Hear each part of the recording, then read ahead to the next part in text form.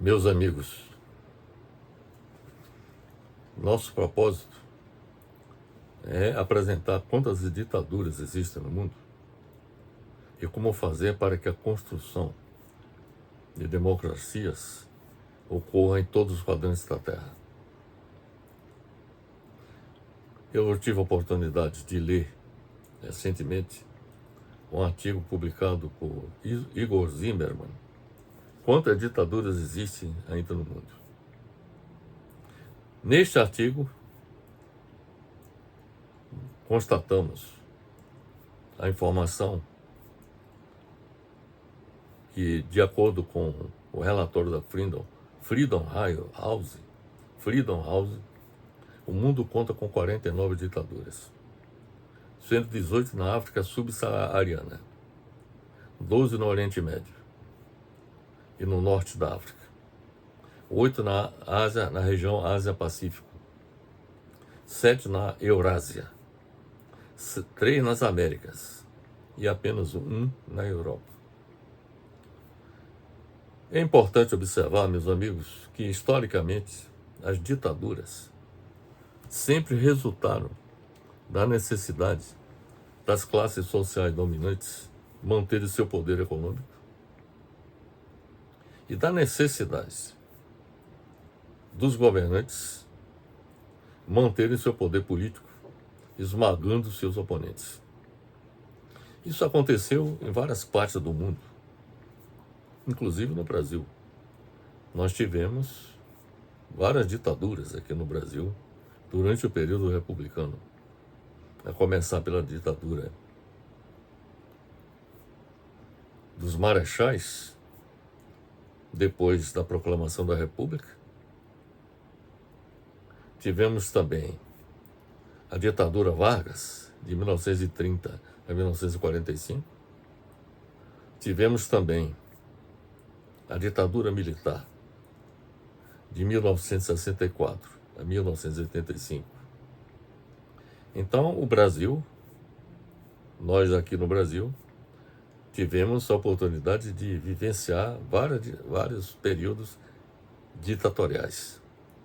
Isso se aplica aos nossos vizinhos do Uruguai, da Argentina, no Chile, todos os países da América Latina. Na Europa também, nós tivemos um caso emblemático das ditaduras fascistas e nazistas na Europa, na Itália e na Alemanha no século XX. Então, e as ditaduras continuam proliferando em várias partes do mundo. A ditadura apresenta como características gerais o uso da violência do Estado para controlar ou reprimir seus cidadãos, o uso da censura e o fim das liberdades civis, a supressão ou controle dos outros poderes, o legislativo e o judiciário, restrição na atuação da imprensa e não permissão de eleições democráticas. Quando as ditaduras permitem o funcionamento do legislativo e do judiciário, eles funcionam sob a imposição da ditadura, das determinações da ditadura. Segundo o autor do artigo Quantas Ditaduras Ainda Existem no Mundo, Igor Zimmermann, segundo ele, a ditadura é uma forma de governo em que uma pessoa, um pequeno grupo, possui poder absoluto, sem limitações constitucionais efetivas. Na minha opinião, esta definição está incompleta, porque a ditadura não se expressa apenas por uma pessoa, um pequeno grupo governando, exercendo poder absoluto. Nós temos também partidos políticos, como é o caso de países socialistas, dos países socialistas, como a União Soviética, os países do leste europeu, a própria China, cujo poder é exercido com limitações constitucionais por eles próprios estabelecidos. Quer dizer, as leis foram impostas pela ditadura, em benefício dela própria, evidente.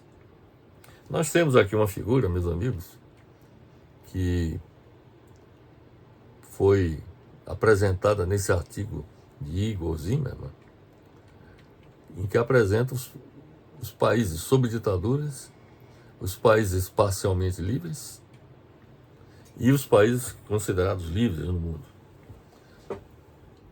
É uma figura muito representativa, porque deixa bastante destacado quais são as regiões do planeta que são governadas por ditaduras. O que está, por exemplo, em vermelho é governado por ditadura. Em verde são parcialmente livres. E em amarelo são chamados países livres. Então, essa figura aqui deixa bastante claro quais são as regiões do planeta onde aqui dá para perceber que a Ásia, o Oriente Médio e boa parte da África são países governados por ditaduras, que naturalmente existem para atender os interesses ou das classes dominantes e também dos que exercem o poder político, a serviço também dessas classes dominantes.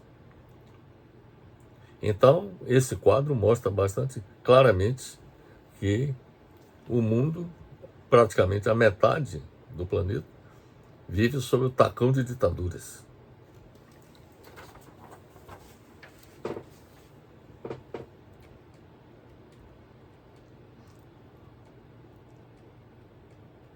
Essa análise dessa figura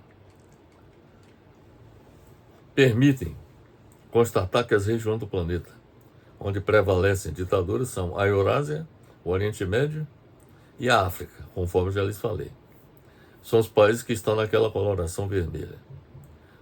Segundo o relatório da Freedom House, citado pelo Igor Zimmermann no artigo que eu já citei, os países considerados como ditaduras ou não livres, na coloração vermelha, são aqueles que realizam eleições em processos não democráticos. Realizam eleições que, no final, se traduzem em seu próprio benefício, em benefício dos detentores do poder.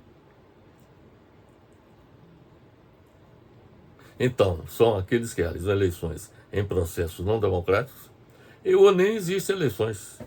Há países que nem eleições existem, cujos governantes atuam na restrição das liberdades civis de seus cidadãos.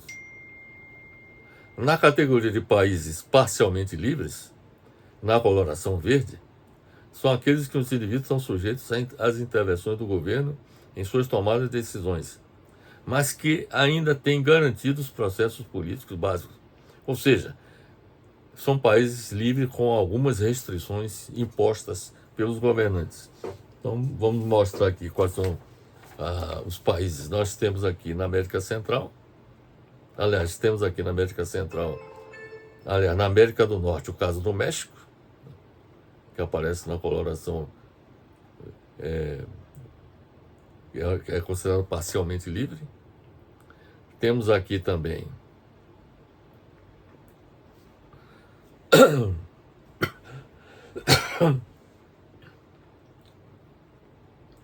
na América do Sul,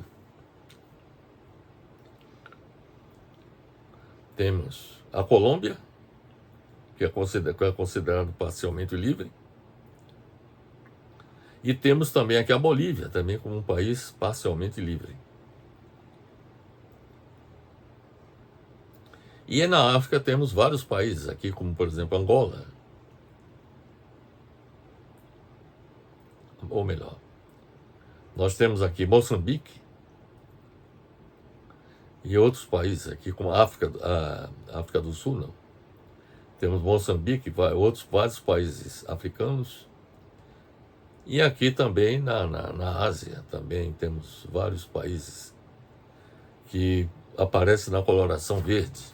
Então, nesse mapa, dá para perceber que alguns países apresentam a coloração verde. Quer dizer, são países em que a democracia é exercida com restrições, não na plenitude.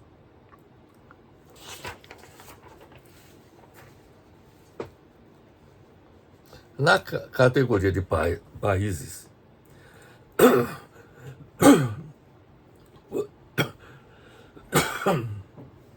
considerados livres, na coloração amarela, são aqueles que, na opinião do Zimmermann, apresentam democracias consolidadas e liberdades civis asseguradas. Eu, pessoalmente, discordo dessa avaliação do Zimmermann com relação aos países considerados livres. Por exemplo, o Brasil, aqui nessa figura, aparece como um país livre.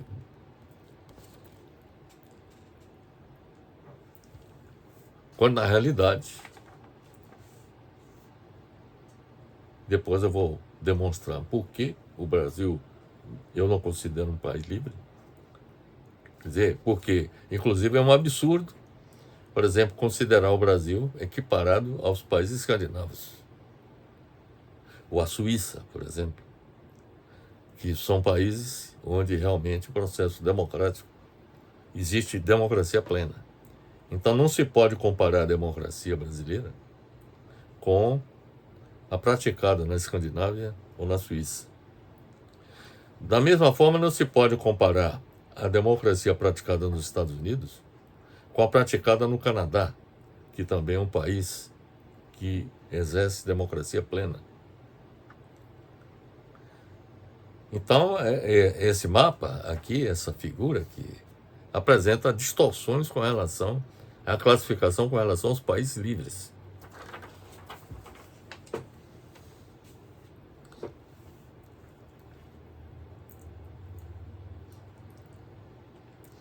Antes de abordar de uma outra forma, essa questão, e antes de apresentar meus argumentos relacionados com a questão da classificação de país livre que o Igor Zimmermann apresentou, antes de apresentar argumentos contrários à tese de Igor Zimmermann, antes de tudo, eu queria observar o seguinte, que para chegar a essa conclusão do Zimmermann, para o Igor Zimmermann chegar a essa conclusão,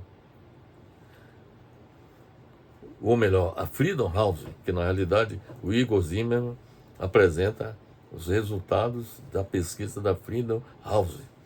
A Freedom House utiliza uma combinação de dados fornecidos por governos, ONGs, pesquisas, contato com locais, etc., que ainda passa por uma análise feita por um conjunto de consultores especialistas, com o intuito de ratificar os dados e, posteriormente, definir a situação do país analisado.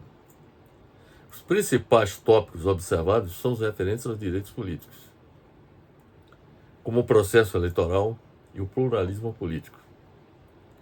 Por exemplo, e as liberdades civis, referentes às liberdades de expressão e crença, por exemplo. Cabe ressaltar que esta classificação da Freedom House apresenta distorções, como, por exemplo, já citei, o Brasil, que obteve 75 pontos nessa classificação da Freedom House, é considerado como um dos países livres e equiparado com a Suécia, que tem pontuação de 100, de acordo com a Freedom House. Não se pode comparar. As distorções apresentadas nessa figura que eu já lhes mostrei, que apresenta países considerados livres, sem eles serem, podem ser eliminados com análise de um artigo que eu tive a oportunidade de ler, cujo título é El Estado de la Democracia en el Mundo, que informa quais são os países classificados como democracias plenas, democracias deficientes, regimes híbridos e regimes autoritários no mundo.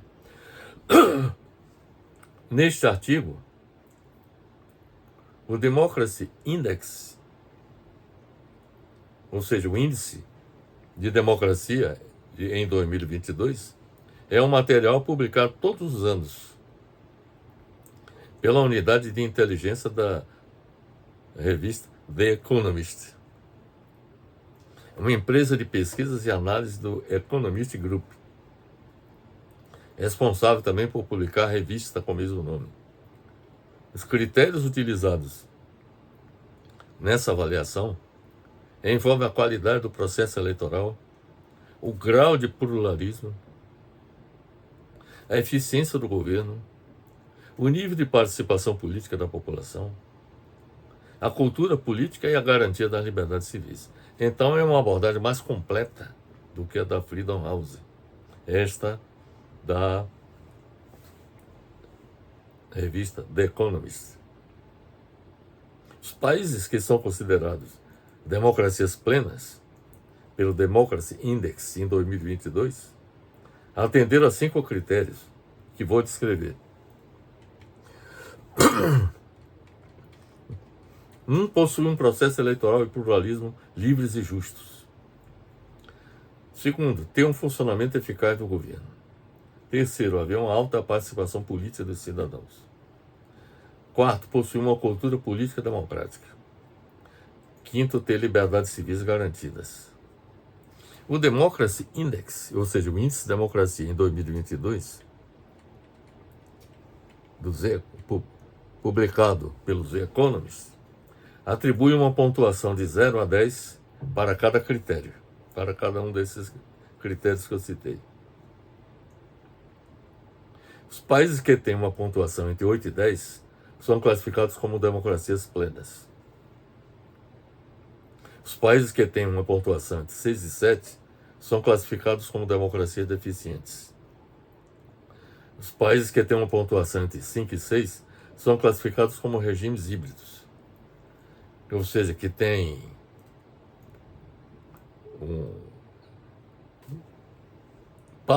digamos assim, na sua essência, democracia, parte democracia e parte autoritarismo. É como se fosse um híbrido de democracia e de autoritarismo. É o que seria os regimes híbridos. E como ditaduras, os países classificados como regimes autoritários. Por exemplo, repetindo, os países que têm uma pontuação entre 8 e 10 são democracias plenas. Entre 6 e 7 são democracias deficientes. Entre 5 e 6 são regimes híbridos. E entre 0 e 3 são regimes autoritários. Pode-se afirmar, eu afirmo, que são falsas democracias os países classificados como democracias deficientes e como regimes híbridos. E como ditaduras, os países classificados como regimes autoritários. De acordo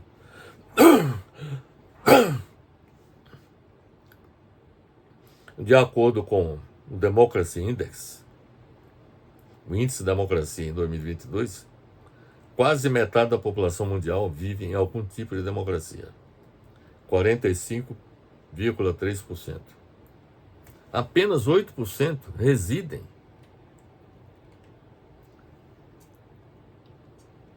em uma democracia plena. Constata-se, podemos extrair a partir desses números, que 92% dos países do mundo não exercem a democracia plena.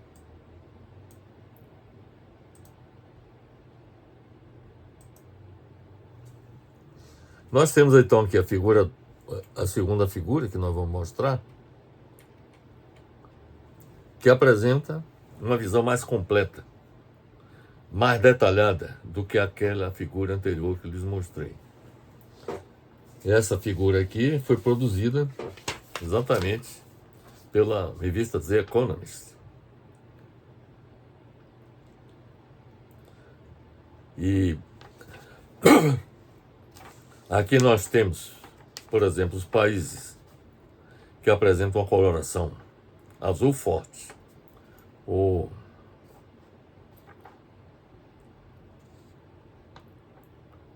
intermediária, vamos dizer assim, que aqui você tem,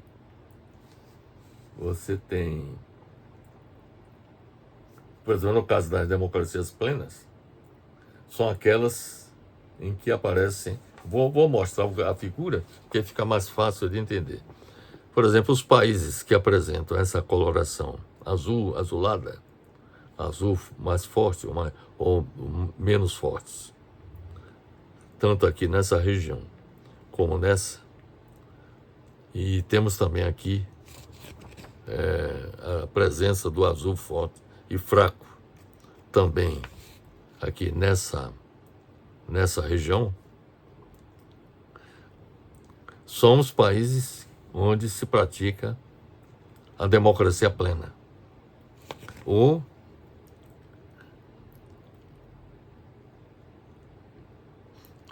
Na realidade, onde se pratica a democracia plena é onde tem um azul forte. São esses países que estão com essa coloração azul forte. Como aqui e também aqui nessa região. Aqui são os países escandinavos. Nós temos, por exemplo, democracias deficientes. São aquelas em que aparece um azul mais fraco e o verde também. Então, um azul mais fraco ou verde, aqui nós temos aqui esse azul mais fraco. Aqui, por exemplo, é o caso dos Estados Unidos, está aqui. Aqui é o Canadá. Os Estados Unidos é considerado uma democracia deficiente. Nós temos também outros países em que apresenta também democracias deficientes e que são aqui apresentados nessa figura aqui. Nós temos aqui esse azul mais fraco, né? Aqui são democracias deficientes. E também onde aparece o verde. Por exemplo, aqui nós temos o verde aqui, também aqui na Ásia. Aqui o verde, aqui da Ásia, né? Nós temos também o verde. Aqui, por exemplo, o Brasil aqui está com a coloração verde. É uma democracia deficiente, certo? É considerado um país com democracia deficiente. Isso se aplica praticamente a todo o continente, sul-americano. Agora, tem um país, é o caso, por exemplo, aqui na América do Sul, aqui o caso do Chile, apresenta como democracia plena, né? Um país em que se pratica a democracia plena, né? Temos os regimes híbridos. Como regimes híbridos, nós temos aqui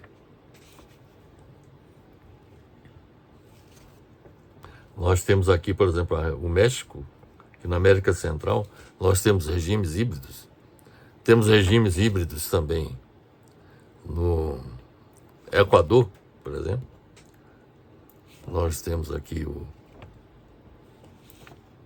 o Equador, aqui também, que é um regime híbrido, quer dizer, é um meio termo entre democracia e ditadura, né? Autoritarismo, tá certo? Então aqui, na África, nós temos aqui também aqui a parte sul aqui da África, nós temos também democracias deficientes, que é o caso da África do Sul. O caso da África do Sul, que apresenta democracias deficientes. Aqui na figura, a África do Sul está aqui representada. E o que está em vermelho são as ditaduras. E aqui é claro que você tem aqui, considerado como ditadura, a Rússia, você tem a China aqui também, né? E você tem também Tem inclusive os regimes autoritários, eles têm a coloração cor de rosa, vermelha, digamos, vermelha e depois uma coloração grená. Então, por exemplo, aqui o que está em rosa, em vermelho e o grená são consideradas ditaduras. Então, esse mapa dá uma classificação mais precisa do que aquele anterior que eu lhes mostrei, caracterizando de forma concreta quais são os países onde há democracia plena, democracias deficientes, como é o caso do Brasil, regimes híbridos, que é o meio termo entre ditadura e democracia, e isso se aplica aos países da América Central. No caso aqui a Colômbia também, né? Está classificada nessa categoria. E de modo que, com essa figura, nós temos uma caracterização clara. Por exemplo, quanto mais é o azul, tendendo para o azul forte, são as democracias. E tendendo para o vermelho, são as ditaduras.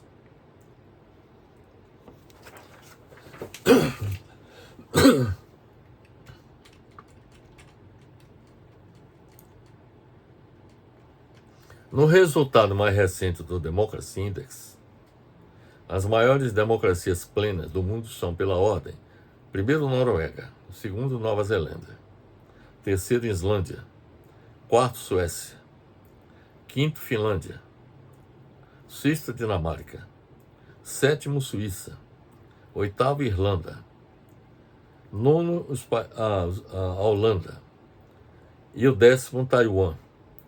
É importante destacar que, por exemplo, a Escandinávia, Noruega, Islândia, Suécia, Finlândia e Dinamarca, 5 países, só os países escandinavos representam a metade dos países onde se pratica a democracia plena. A Noruega é o país mais democrático do mundo, segundo o Democracy Index, em 2022, com uma pontuação de 9,81 de 10, liderando o ranking pelo 10º ano consecutivo. Incrível como a Noruega alcançou essa situação. A Noruega se destaca pela alta participação política. Vou detalhar para cada um deles as características da democracia. A Noruega se destaca pela alta participação política, liberdade de expressão e imprensa, respeito aos direitos humanos e transparência governamental. A Nova Zelândia, que é um país da Oceania, está em segundo lugar, com uma nota de 9,26. A Nova Zelândia é elogiada por sua gestão eficaz da pandemia da Covid-19, que fortaleceu a confiança pública nas instituições, e na liderança da primeira-ministra Jacinda Ardern. A Islândia, que é um país escandinavo, fica em terceiro lugar no ranking, porque obteve nota 9,25. A Islândia é reconhecida pela sua igualdade de gênero, diversidade política e cultura cívica. A Suécia está em quarto lugar, entre os principais países democráticos, com nota 9,24. Seu destaque vai para a estabilidade democrática, sistema eleitoral justo e pluralista, liberdade de imprensa e sociedade civil ativa.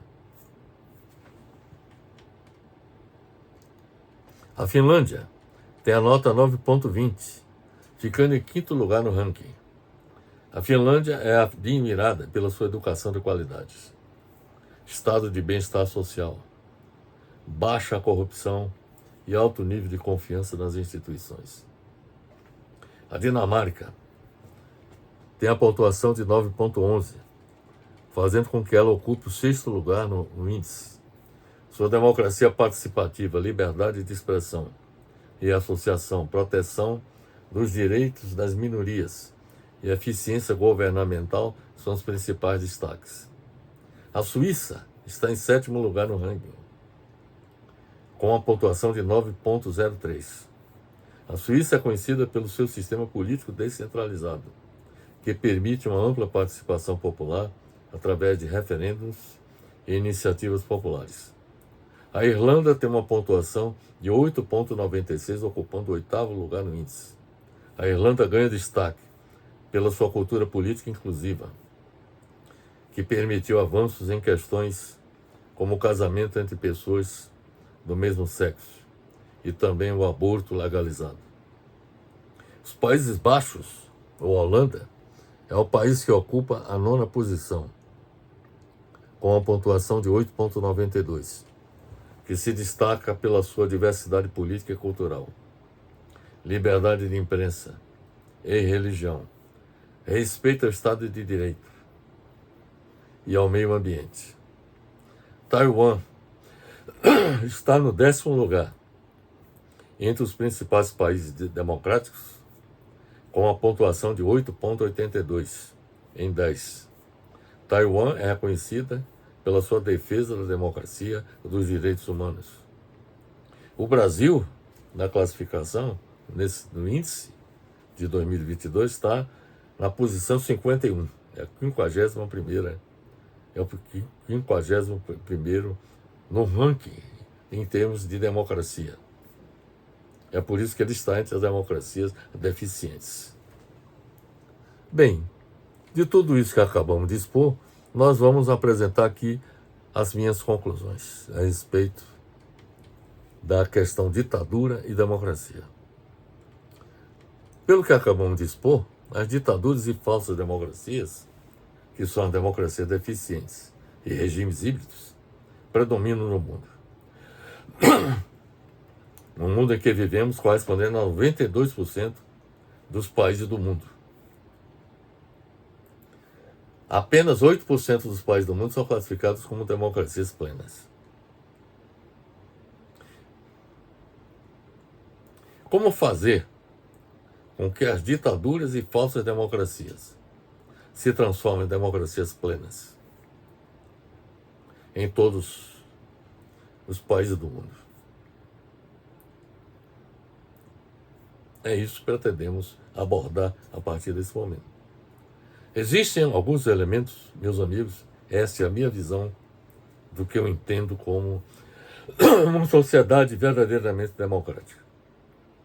Primeiro, oferecer segurança garantida para todos os cidadãos, que não devem temer a perda de suas vidas ou ter danos físicos. Segundo, prover assistência médica da melhor qualidade possível para todos os membros da sociedade. Terceiro, conceder acesso à comida e água para todos os cidadãos, de modo que nenhuma pessoa passe fome ou sede. Quarto, prover as condições básicas de habitação para todos os cidadãos. Quinto, possuir um sistema legislativo democrático, cujas leis sejam estabelecidas para preservar o bem-estar da população. Sexto, prover um sistema educacional que garante igualdade de acesso à educação de alto nível para todas as pessoas, visando tornar sua população altamente educada. Sétimo, promover o desenvolvimento econômico e social, cujos frutos sejam compartilhados por toda a população. Oitavo, defender o meio ambiente. Nono, assegurar para a população a liberdade de pensamento, crença, religião, afiliação e expressão. E décimo, assegurar para a população o direito de participar das decisões de governo, através de plebiscito ou referendo. Estas são as condições, meus amigos, para que todos os países do mundo possam ser classificados como democracias plenas.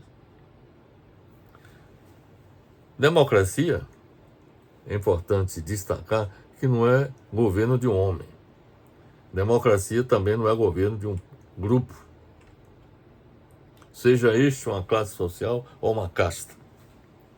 No mundo nós temos vários exemplos de países governados por um só homem, por um grupo, ou uma classe social ou uma casta. Democracia só pode ser governo do povo, pois o povo é realmente quem deveria reger o governo, embora faça indiretamente, por meio de representantes escolhidos através do voto. Esta é a essência da democracia representativa.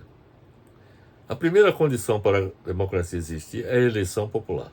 Todos nós sabemos disso. A escolha dos governantes e de seus representantes pelo povo. Não basta, porém, a eleição para caracterizar a democracia. A democracia não se esgota na eleição. E é o que, na prática, é o que acontece no Brasil. Ela se esgota na eleição. Depois o povo simplesmente assiste às decisões que são tomadas nas altas esferas do poder.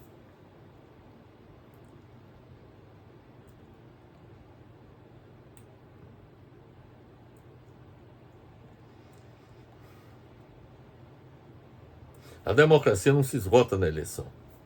Não há democracia sem eleição, é evidente. Mas há eleição sem democracia. Nós tivemos, por exemplo, na Venezuela, uma eleição sem democracia. E o resultado, como todos nós sabemos, foi a vitória do Maduro, que tem o controle de todo, que tem um controle, inclusive, do poder judiciário, do poder legislativo. E,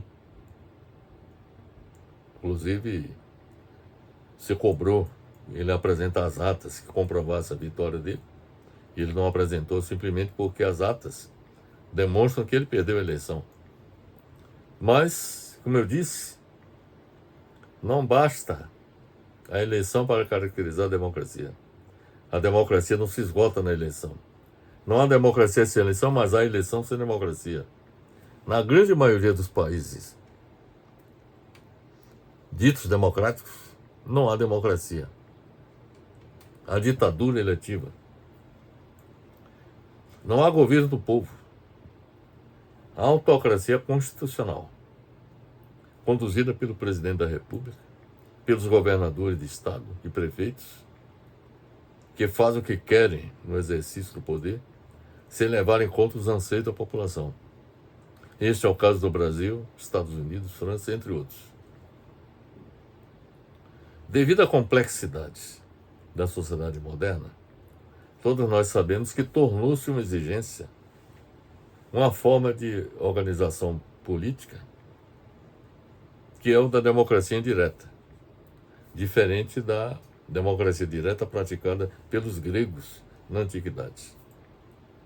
Então, a complexidade da sociedade moderna tornou exigência a democracia indireta, também chamada de democracia representativa, que significa as pessoas serem eleitas por votação para representar um povo, uma população, determinado grupo, comunidade, etc. Uma verdadeira democracia representativa, e essa é a minha visão, é aquela em que o eleito defende os interesses da população que o elegeu e presta contas sistematicamente do seu mandato ao seu partido e ao eleitorado. Isso não acontece no Brasil e nem em outros países onde existe a democracia representativa. Os partidos e o eleitorado deveriam ter poderes para caçar o mandato do eleito. Essa é a minha visão. No caso de descumprimento do programa partidário, deveria abrir um processo. No caso de se o deputado, o senador, o governador, o presidente da República descumpre o programa do partido que o elegeu, deveria ser objeto de um processo de cassação, de perda do mandato. Deveria, nesse caso, os partidos e o eleitor, e o eleitorado, não só apenas o partido, mas até o eleitor, que se sentir traído por um determinado candidato, deveria abrir um processo de cassação do mandato dele. Pelo descumprimento do programa partidário, também de não cumprir as promessas eleitorais. E também por mau comportamento. Por exemplo, corrupção. Se houver a prática da corrupção, deveria ser objeto de cassação do mandato. Além disso, decisões cruciais e fundamentais aos interesses da população deveriam ser tomadas diretamente pelo povo através de plebiscito ou referendo, e não exclusivamente pelo Poder Executivo ou pelo Parlamento, como acontece no Brasil, por exemplo, nos Estados Unidos, na França e em outros países. Para eliminar as distorções da democracia representativa no mundo, torna-se indispensável a institucionalização da democracia participativa. Eu defendo a institucionalização da democracia participativa, com o uso do plebiscito e do referendo, como já acontece em vários países europeus, particularmente na Suíça e em vários países da Escandinávia.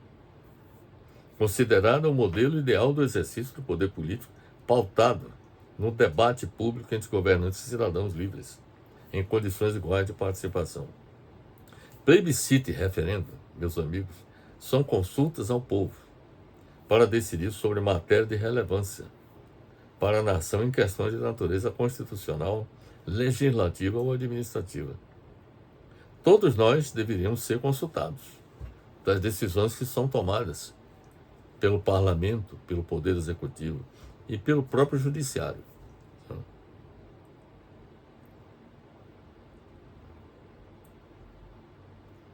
A principal distinção entre o plebiscito e o referendo é que no plebiscito é convocado previamente a criação do ato legislativo ou administrativo que trate do assunto em pauta.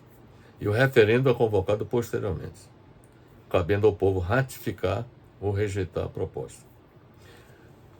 É importante observar, meus amigos, que o fracasso da democracia representativa, como é praticada em várias partes do mundo, está abrindo caminho para o seu próprio fim, se constituindo em terreno fértil para o advento de regimes de exceção ou ditaduras. Por quê? Diante da frustração da maioria da população, que percebe a cada dia que participa de um engodo ao eleger falsos representantes.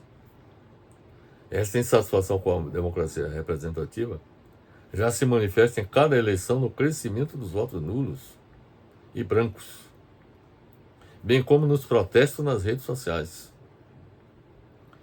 Para construir a democracia plena na grande maioria dos países do mundo, é preciso que haja convocação da Assembleia Nacional Constituinte em cada país, com o propósito de institucionalizar a democracia participativa, a democracia participativa plena, a fim de que o povo aprove ou rejeite as decisões que sejam tomadas pelos poderes da República através de plebiscito ou referendo, entre outras medidas.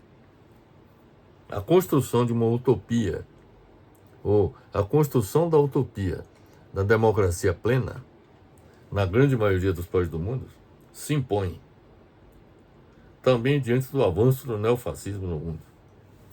Veja bem, nós colocamos a necessidade disso em função das deficiências da democracia representativa que é praticada hoje no mundo, inclusive no Brasil. Mas existe um outro problema, uma outra ameaça, eu diria, para a democracia, que é representada pelo avanço do neofascismo no mundo. Então, a construção da utopia da democracia plena, na grande maioria dos países do mundo, se impõe também diante do avanço do neofascismo no mundo.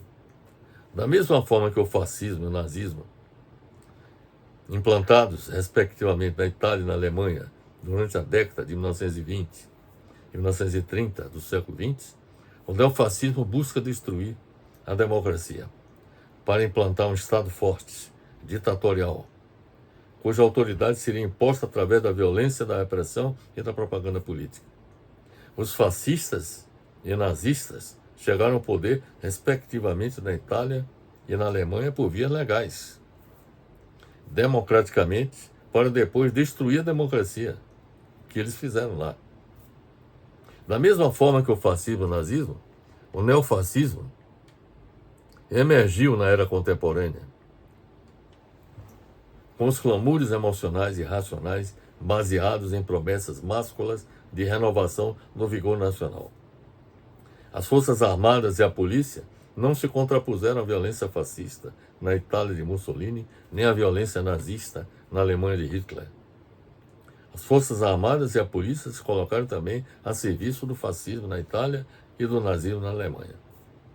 A história mostra que as instituições republicanas nem sempre foram uma barreira ao fascismo. Felizmente, aqui no Brasil, nós tivemos uma instituição que exerceu um papel muito importante para evitar que o neofascismo, representado por Bolsonaro, vingasse no país. Que a tentativa de golpe de Estado está demonstrada pelo processo aberto pela Polícia Federal e que vai ser julgado, está em análise pela Procuradoria-Geral da República e que será julgado pelo Supremo Tribunal Federal. Então, há provas evidentes de que de 2019, e mais especificamente a partir de 2022, se estruturou uma tentativa de golpe de Estado no Brasil para implantar o neofascismo no país.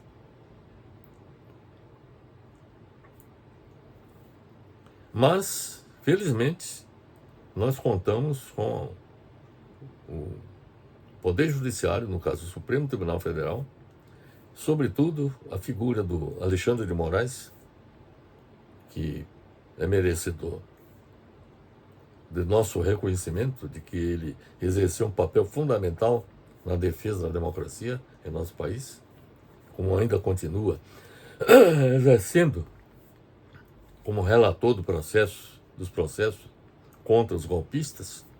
Mas o que eu quero dizer é o seguinte, é que, felizmente, no Brasil, o Poder Judiciário não se dobrou à onda neofascista que se estruturou no Brasil durante o governo Bolsonaro. Mas eu lhes falei que a história mostra que as instituições republicanas nem sempre foram uma barreira ao fascismo. Eu diria que no Brasil isso foi uma exceção. E isso quase aconteceu no Brasil com o governo Bolsonaro.